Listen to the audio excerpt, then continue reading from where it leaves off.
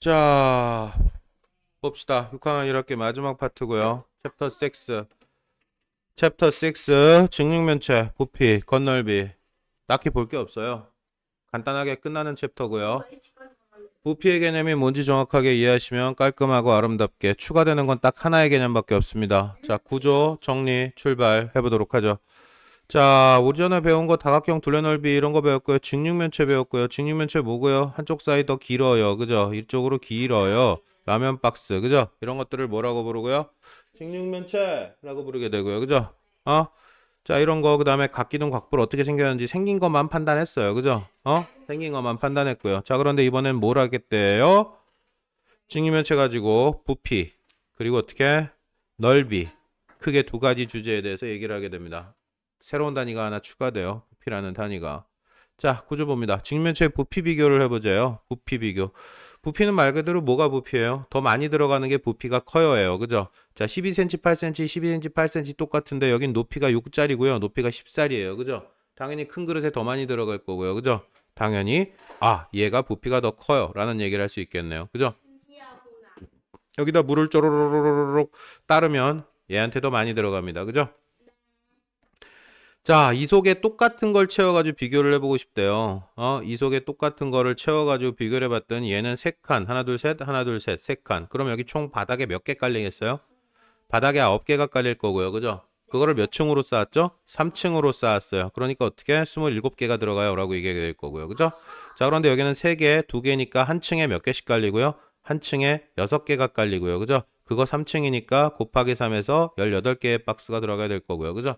결론적으로 부피가 똑같은 모양의 상자 속에 토끼가 똑같은 크기를 채웠다면은 와 얘는 27개 들어가는 크기, 얘는 18개 들어가는 크기. 당연히 얘가 더 커요. 라는 결론을 얘기를 할 수 있을 겁니다. 그죠? 네? 자, 부피를 비교할 때 똑같은 걸 채워서 비교. 그래서 어떻게 쌓기나무 수를 세가지고 비교해요. 몇 칸 몇 칸이죠? 3칸, 3칸. 한 층에 9칸. 그죠? 근데 몇 층? 4층이네요. 자, 이거는 한 층에 5, 3, 15개 깔리고요. 그죠? 곱하기 2층 깔렸고요. 그죠? 그러니까 여기는 30개, 여기는 36개. 얘가 더 크네. 라고 얘기를 하게 됩니다. 그죠? 자, 그래서 어떻게 부피라는 개념을 이야기를 하게 됩니다. 그러니까 이렇게 자, 사이에 바닥길이 똑같아요. 똑같아요. 근데 여긴 높이가 5짜리 깡통이고요. 여긴 6짜리 깡통이래요. 당연히 어떻게? 밑면의 넓이는 어떻게 돼요? 4, 2짜리니까 밑면의 넓이는 같은데 높이가 달라요. 그죠? 높이가 누가 더 높아요? 나가 더 높아요. 그죠? 그러니까 당연히 또 어느 게 더 많이 들어가요? 나가 더 많이 들어가겠네. 라고 결론을 이야기를 하게 됩니다. 특이사항 없죠?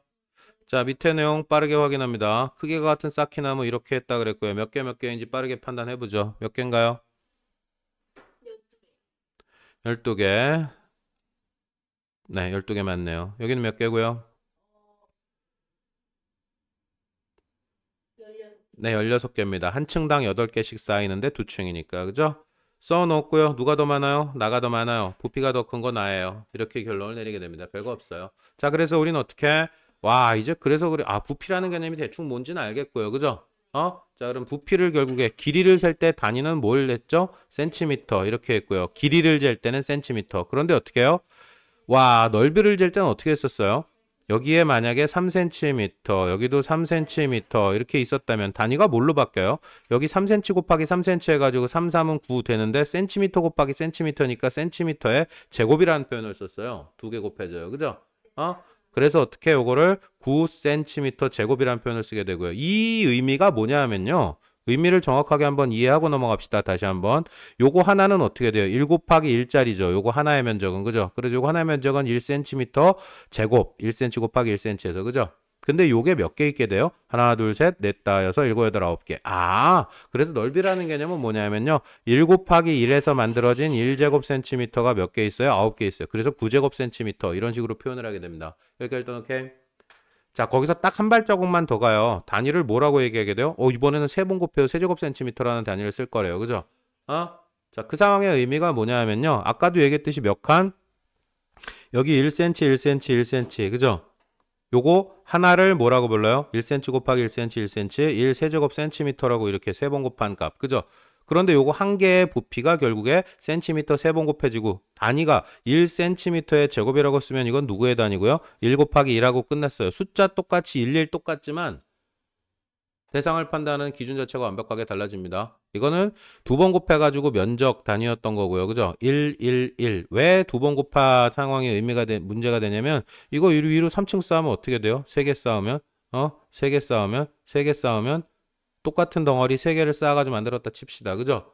그러면 결국에 요거 몇 칸 쌓였는지가 핵심이 되고요. 그죠? 3개 쌓인 거잖아. 그죠? 뭐가? 1세제곱센티미터짜리가 3개 쌓여 있어요. 그죠? 그죠? 그래서 똑같이 1이라는 표현을 쓰지만 면적을 표현할 때랑 부피를 표현할 때 상황은 완벽하게 달라지게 돼요. 알겠죠? 자, 그래서 어떻게 해요?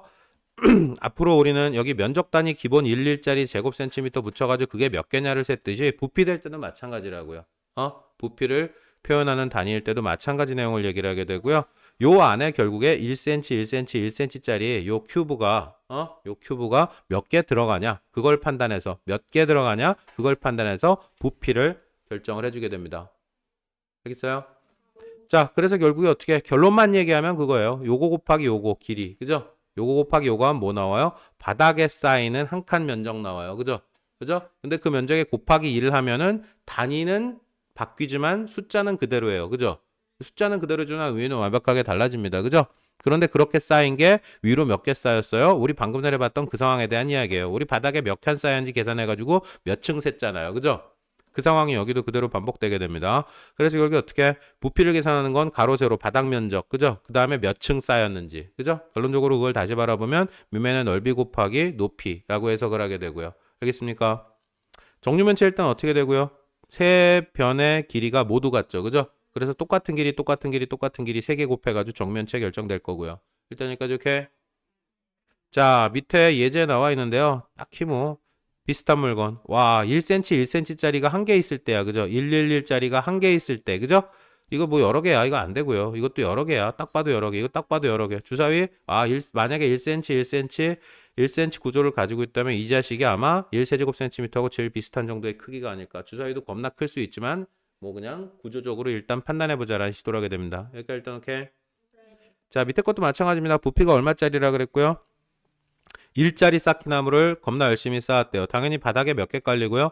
바닥에 4, 3, 12, 12개 깔리고 곱하기 2층 가는. 그죠? 그래서 어떻게 4 곱하기 3 하면 바닥에 12개. 그죠?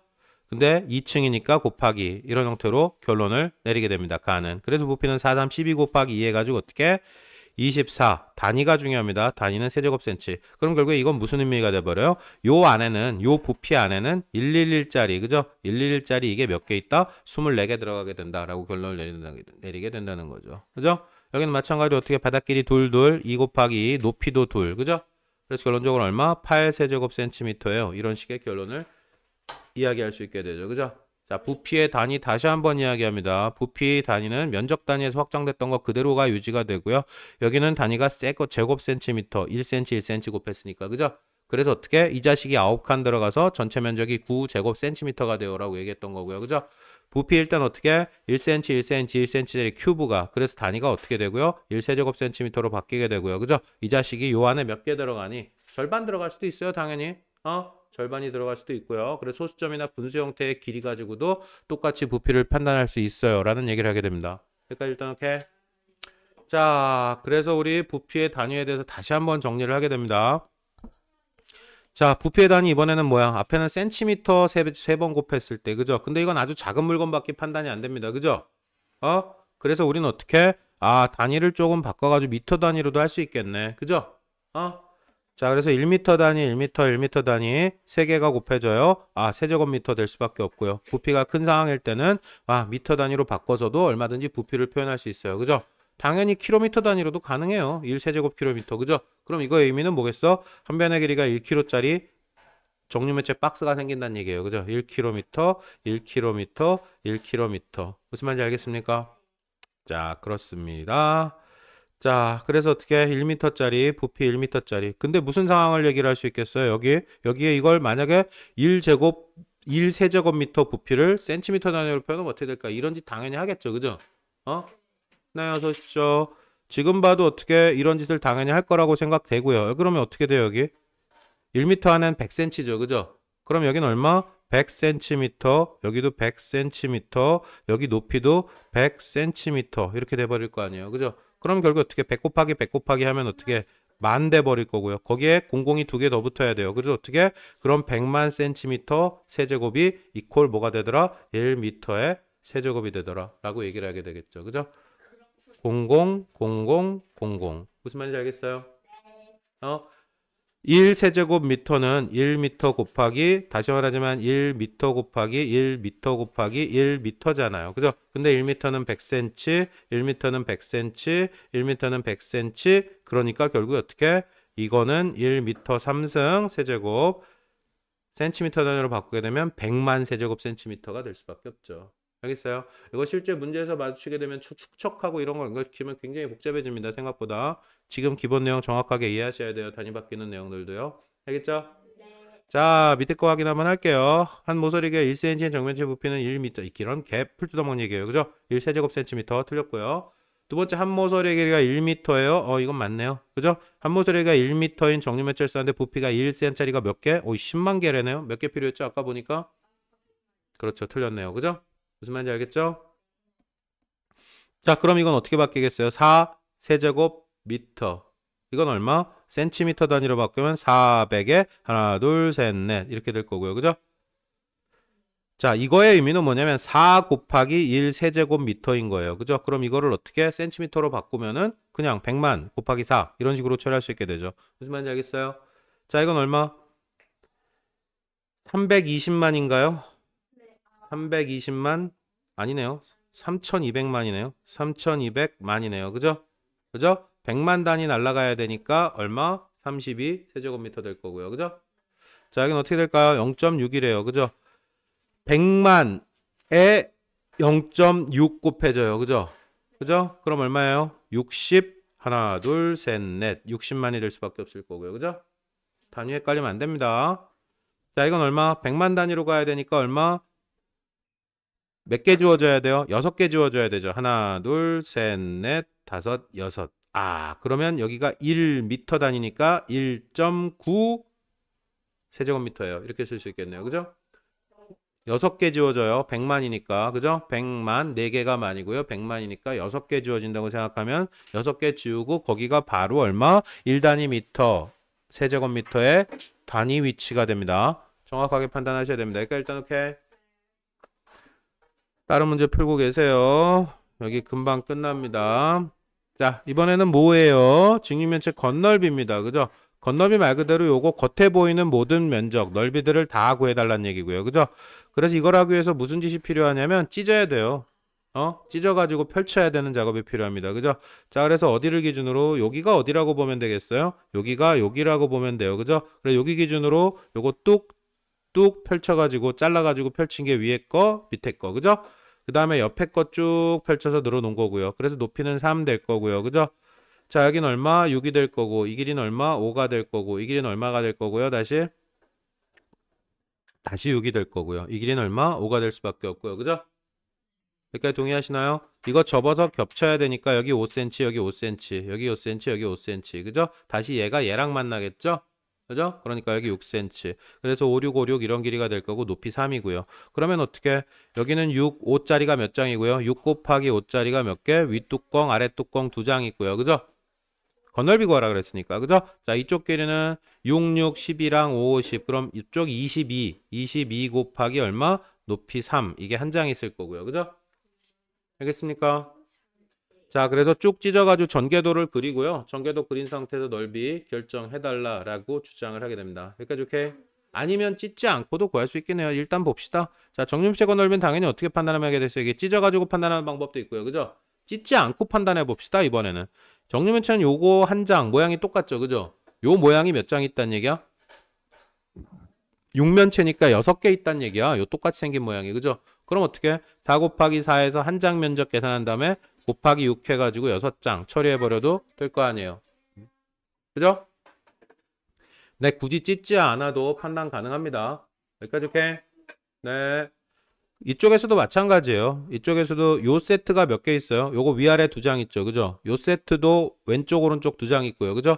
요 세트도 앞에 뒤에 2장 있고요. 그죠? 그럼 한 장씩 구해가지고 세게 더한 다음에 곱하기 2해도 상관없어요. 그죠?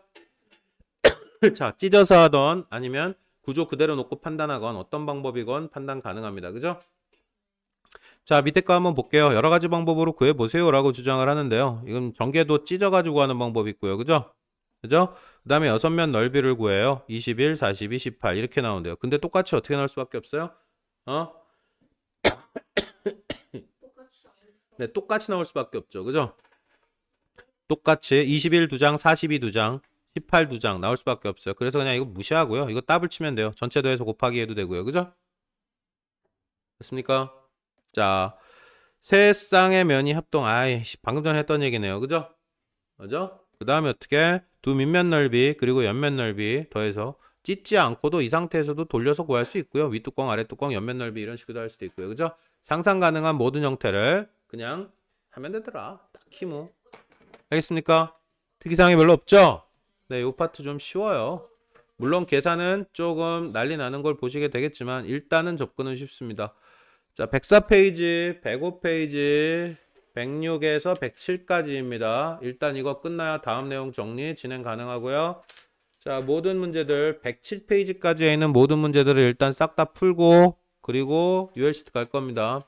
자, 채점 어떻게 한다고요? 이거 채점 하나 다시 한번 정리해 드릴게요. 이따가.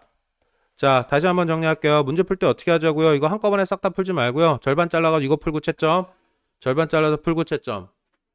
그게 훨씬 더 빨라요. 아니면 놓치거나 이해하지 못했거나 헷갈렸던 오해가 있었던 부분들을 바로바로 정리하는 게 뒤에 부분 정리할 때 훨씬 더 빠르게 끝나요.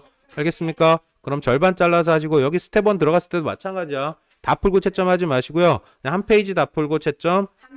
한 페이지. 자, 한 페이지 단위로 풀고 채점 하세요. 그게 훨씬 더 빨라요. 오해가 있었던 부분을 찾아서 수정해야 뒤에 부분이 훨씬 더 빠르고 아름답게 정리가 가능해집니다. 알겠죠? 문제 풀 때 무조건 얼마? 한 페이지씩 정리할게요. 알겠습니까? 종료하겠습니다.